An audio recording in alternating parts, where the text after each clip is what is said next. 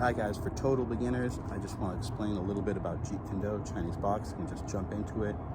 We talk a lot about hands or sows, which are really blocks. They're really super hard blocks, kind of like karate blocks, but even harder. They're Wing Chun blocks, and they don't move. They're kind of like these shields that we hide behind.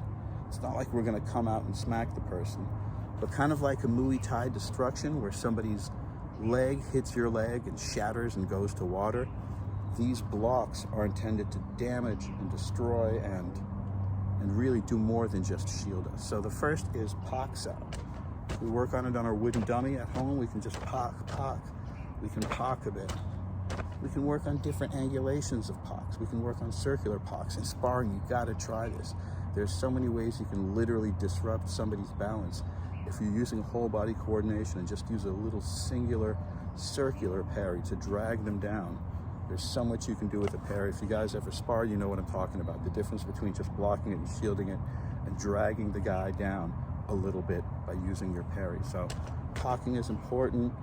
Pro fighter buddy of mine was telling me that in sparring he's working a lot on these kind of like 45-degree poks.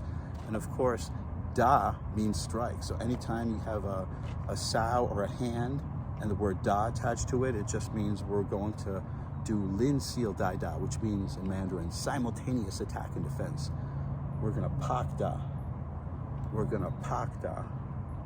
Lop sao, which is a great one. I wish I had an uke here to show, because you could really drag somebody down super hard, super fast with this.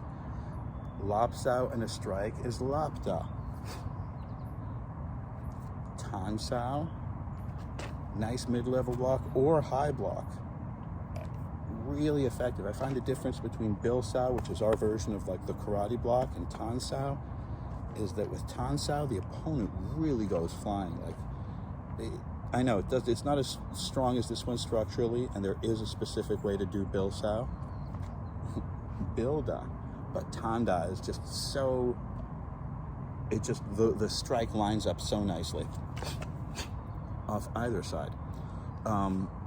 Gang sao, which is this incredibly heavy block. A fighter half my size who was the co-instructor at a traditional Wing Chun school taught me this years ago and dropped me to the ground. He said, put your fist right here. And I put my fist right there, right in front of his belly button like he asked. And he just did that and dropped it right on his center line. She showed me how to do it afterward. Incredible, the science of Wing Chun. So we can do that dropping low block, where this kind of hard bone, the last bone of the hand, dropping down our center line, and we can combine that with the strike. So it's not just a gong sao, this kind of like hard, low, excellent low self-defense block against a stab or a punch. It's a gong da, it's a gong sao with a strike.